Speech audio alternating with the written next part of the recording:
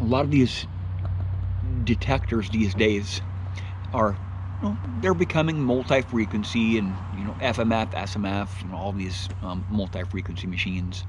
And most of the settings, pretty much a majority of the settings on the machines these days, still they're going to affect the tones. They're not going to affect the numbers. If you look at it, maybe on the Deus One, it's not a multi-frequency machine. It does have more than one frequency you can choose from, but it's not simultaneous frequency. That machine is a non-normalized detection. So when you do change your frequencies, it's going to change your numbers dramatically, right? Especially when you're in full tones, and it's going to change your tones when you're in full tones. But the machines nowadays, you look at the settings, what do they alter? Like the recovery speed or reactivity speed, the audio gain, the sensitivity, these filters, whatnot, these stabilizers on the detectors. What do they change? Do they change the numbers, or do they change the tones? They change the tones, man. It's tonal. It's a tonal freaking game. If you're looking at your numbers, if you're looking at your numbers like this, like this, look at your numbers and look at your meter and stuff. I have a lot of people ask me, oh, is the depth meter accurate on this detector or that detector? Is the mineral bar accurate on this machine or that machine? Is the Ferris check or the horseshoe good on this machine, that machine? I have freaking no idea. I don't look at my machine. I listen to this right here, right? I can tell how deep a target is by the tone. I don't have to look at my machine. And if you have targets that are being rejected out or tone braked out that are near the surface, your depth meter will be hitting on those, not the target that you're responding to deeper in the ground, right? And on the mineral bars, I know that there's minerals in the ground because I can hear them, right? I know that there's minerals in the ground because I can hear the ground balance and I can hear the ground noise. And so most of the settings on detectors these days, they alter the tones. They don't change the numbers on them, right? And with the like checking for bottle caps, a lot of people are looking at their machine. They're looking at their machine when they're swinging. Look at their machine, right? I pretty much know when I'm over a bottle cap, because those two things right there are alerting me, right? Or the metal detector's tones are alerting me that it's a bottle cap, right? I don't think about stuff when I'm digging them out. I really don't think too long, I'm not saying, oh, I'm going to skip this one up. Should I dig it out? Just like that. I know I'm going to dig the target out instantly, right? I just get to it. And because it's a tonal game, right? The more you dig out of the ground, the more chance you're going to have at finding some good stuff. And if you reject your soil, let me talk about this here.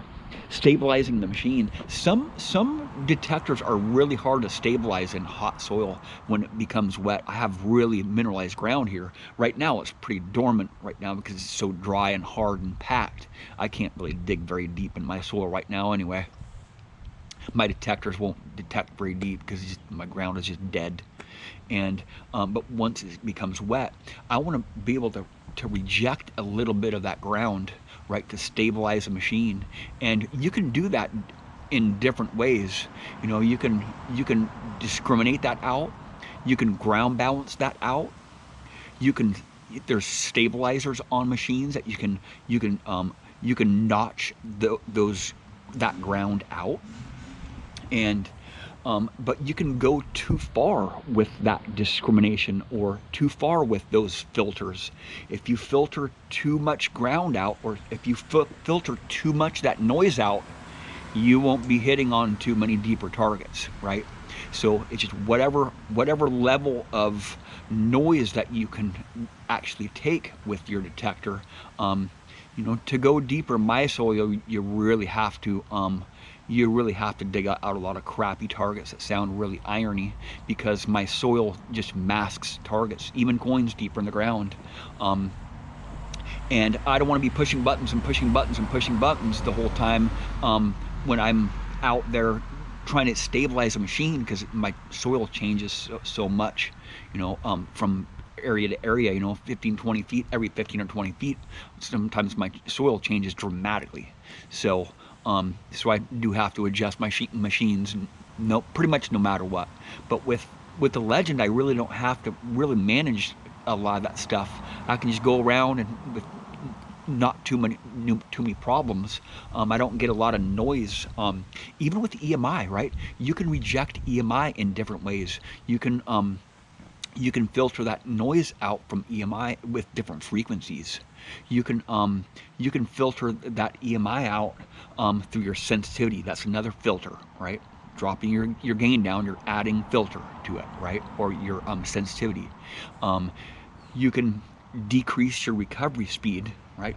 If you can drop your recovery speed down a little bit and minimize that EMI, but then you have to swing slower, and you're not going to be penetrating it nearly as deep in my hot soil.